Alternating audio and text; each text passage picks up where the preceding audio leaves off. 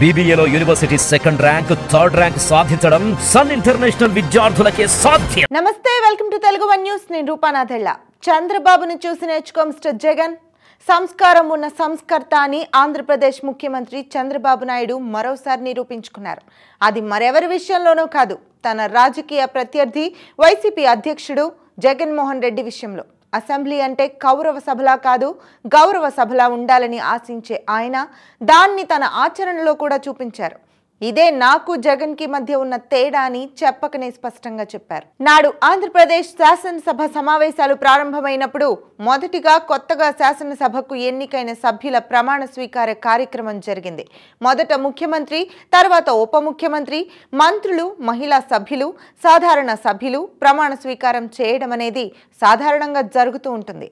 అదే సంప్రదాయాన్ని ఇప్పుడు కూడా పాటిస్తున్నారు. ఈ లెక్క ప్రకారం ప్రతిపక్ష హోదా కూడా దక్కని జగన్మోహన్ రెడ్డి సాధారణ శాసనసభ్యుడి హోదాలో ప్రమాణ స్వీకారం చేయాల్సి ఉంటుంది.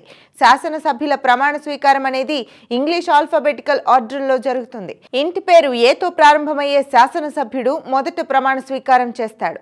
ఈ లెక్క ప్రకారం జగన్మోహన్ రెడ్డి ఇంటి పేరు వైఎస్ కాబట్టి ఆయన అందరికంటే చివరగా ప్రమాణ స్వీకారం చేయాల్సి ఉంటుంది. అంటే ప్రమాణ స్వీకార కార్యక్రమం మొదటి నుంచి చివరి వరకు ఆయన శాసనసభలోనే ఉండి తన పేరు వచ్చే వరకు వేచి చూడాల్సి ఉంటుంది. అయితే జగన్ తనకు ముందే ప్రమాణ స్వీకారం చేసే అవకాశం ఇవ్వాలని ప్రభుత్వాన్ని కోరారు. జగన్ విజ్ఞప్తిని గౌరవిస్తూ ప్రభుత్వ అధినేత చంద్రబాబు నాయుడు జగన్ కి ఆ అవకాశాన్ని ఇచ్చారు. అందువల్ల జగన్ సభకు వచ్చి రాగానే ప్రమాణ స్వీకారం చేసే అవకాశం కల్పించారు. అలా వచ్చారు, ఇలా ప్రమాణ స్వీకారం చేశారు, మళ్ళీ అలా వెళ్ళిపోయారు. కట్టే కొట్టే తెచ్చే అన్నట్టుగా సింపుల్ గా జగన్ ప్రమాణ స్వీకార కార్యక్రమం జరిగింది. శుక్రవారం నాడు అసెంబ్లీ ప్రవేశ ద్వారం ఎమ్మెల్యేల కార్లను అనుమతించడం లేదు.